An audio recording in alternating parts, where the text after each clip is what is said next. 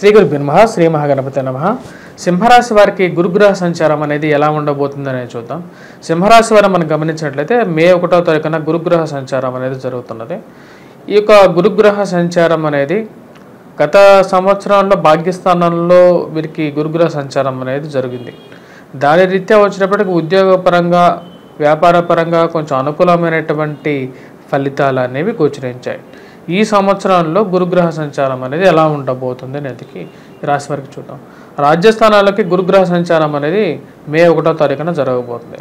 మే 1వ తారీఖు నుంచి గురువు రాజ్యస్థానాల్లో సంచారం చేస్తున్నప్పుడు సానుకూలమైనటువంటి ఫలితాలు ఎక్కువగా ఇవ్వడం, ప్రతికూలమైనటువంటి ఫలితాలు ఎక్కువగా ఇస్తాడు అన్నమాట. అంటే మిశ్రమమైనటువంటి ఫలితాలుగానే చెప్పొచ్చు. ప్రతికూలంగా అనే దానికన్నా మిశ్రమమైనటువంటి ఫలితాలుగా చెప్పవచ్చు. ముఖ్యంగా ధన సంబంధితమైన విషయాలు, వ్యాపార ప్రయత్న సంబంధితమైన విషయాల్లో మరియు అదేవిధంగా ఉద్యోగ అనుకూలత విషయంలో కొంచెం అంత అనుకూలమైనటువంటి ఫలితాలుగా గోచరించట్లేదు. అదేవిధంగా ఈ రాశి వారికి వచ్చేటప్పటికి విద్యార్థులు వచ్చేటప్పటికి కొద్ది కష్టపడి చదవవలసినటువంటి ముఖ్యమైనటువంటి సూచనగా చెప్పడం జరుగుతుంది.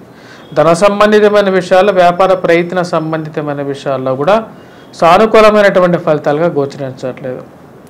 రాశి వారికి ముఖ్య కారకం వచ్చేటప్పటికి సప్తమంలో ఉన్నటువంటి శని ఎప్పుడైతే సప్తమంలో ఉంటాడో రాశి వారికి వచ్చేటప్పటికి తన యొక్క దృష్టి జన్మరాశి మీద ఉంది. ఇది ఆరోగ్యపరంగా కొంచెం ప్రతిబంధకంగా ఉంటుంది.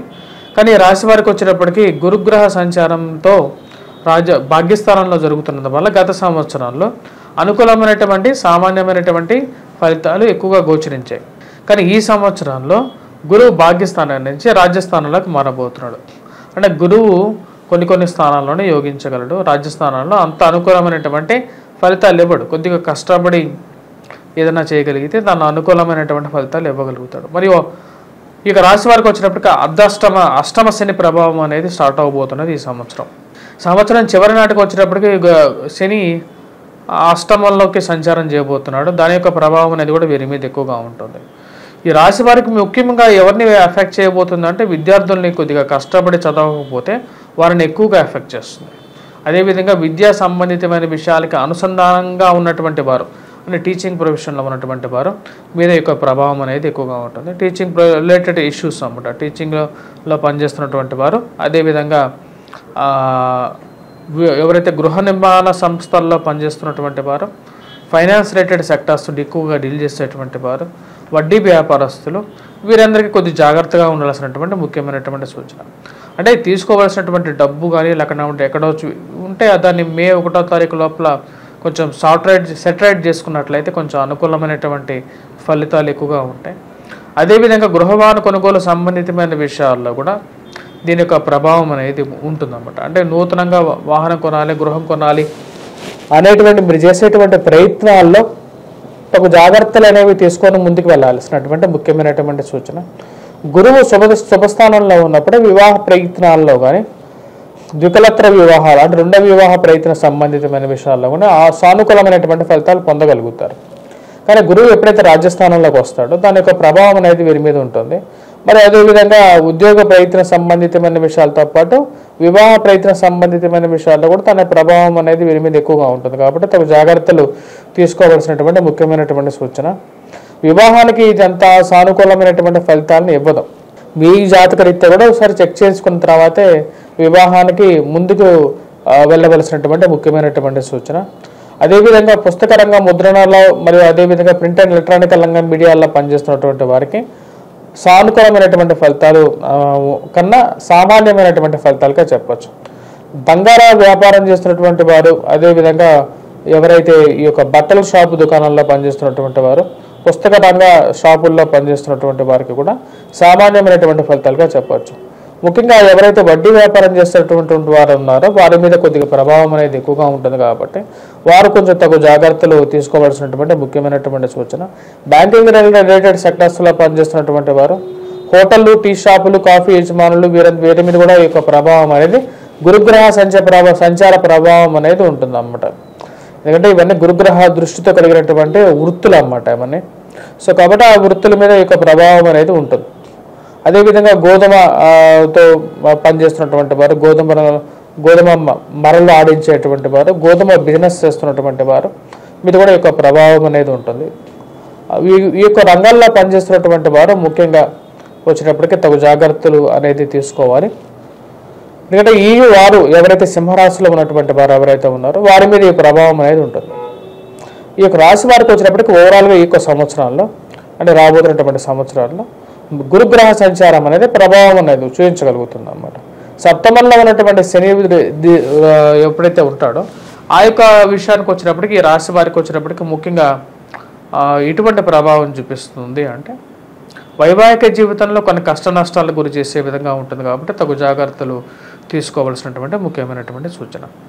ఈ యొక్క రాశి వారు ఎటువంటి పరిహారాలు చేసుకోవాలి ఏంటి అనేది మనం చూద్దాం. ఈ యొక్క రాశి వారు వచ్చేటప్పటికి ఓవరాల్గా ఈ యొక్క సంవత్సరంలో గురువు యొక్క ప్రభావం అనేది ఒక ఎత్తు అయితే మరియు అష్టమ శని సంచారం అనేది చివరిలో జరగబోతుంది.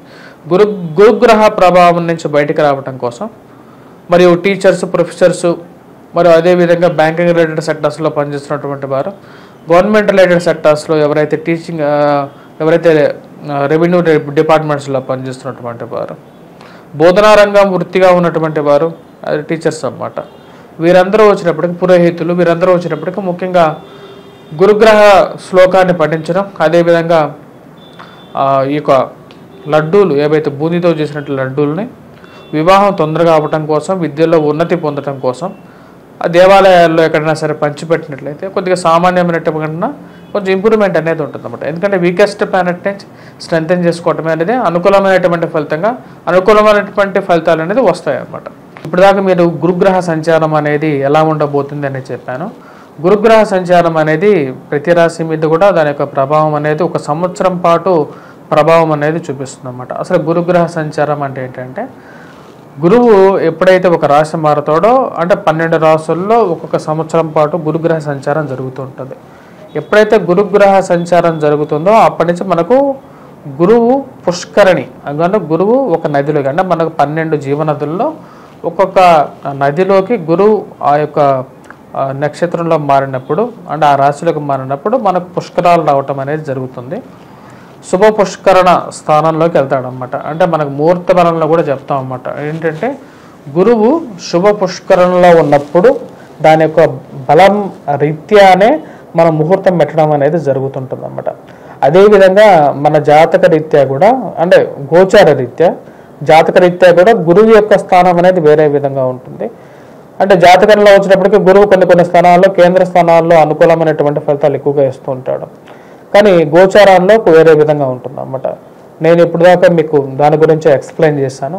కొన్ని రాశులకి ఇది చాలా అనుకూలమైనటువంటి ఫలితాలు కూడా ఇస్తుంది, కొన్ని రాశులకి ప్రతికూలమైనటువంటి ఫలితాలు కూడా ఇస్తుంది అన్నమాట. గురువు ఎక్కడే అనుకూలమైనటువంటి ఫలితాలు ఇవ్వగలడా అంటే వేరే గ్రహాలతో కూడా అనుకూలత అనేది కూడా దాని యొక్క ప్రభావం అనేది ఉంటుంది అన్నమాట. దాని గురించి నేను ఓవరాల్గా చెప్పడం జరిగింది. మీరు ఇంకా క్లియర్గా మీరు తెలుసుకోవాలి అంటే నా యొక్క వెబ్సైట్లో కూడా ఉంటుంది, vangarvari.com అని ఉంటుంది. ఆ యొక్క వెబ్సైట్లో మీరు లాగిన్ అయ్యి అక్కడ ఫ్రీ పంచాంగం అనేది ఉంటుంది. నా యొక్క పంచాంగాన్ని మీరు అక్కడ డౌన్లోడ్ చేసుకొని చూడొచ్చు, డౌన్లోడ్ చేసుకోవచ్చు. క్రోధినామ సంవత్సరం పంచాంగాన్ని ఫ్రీ డౌన్లోడే ఉంటుంది. మీరు అక్కడ డౌన్లోడ్ చేసుకొని మీరు నా క్యాలెండర్ అన్ని డీటెయిల్స్ అన్నీ ఉంటాయి. మీ యొక్క జాతక రీత్యా కూడా పెద్ద భారీ ఇన్వెస్ట్మెంట్ చేసేటప్పుడు మటుకు 1-2 సార్లు మీ యొక్క జాతకాన్ని పరిశీలించుకున్న తర్వాత భారీ ఇన్వెస్ట్మెంట్స్ వివాహ జీవితంలోకి అడుగుపెట్టడం ఇవన్నీ పెద్ద ప్రశ్నలు అన్నమాట.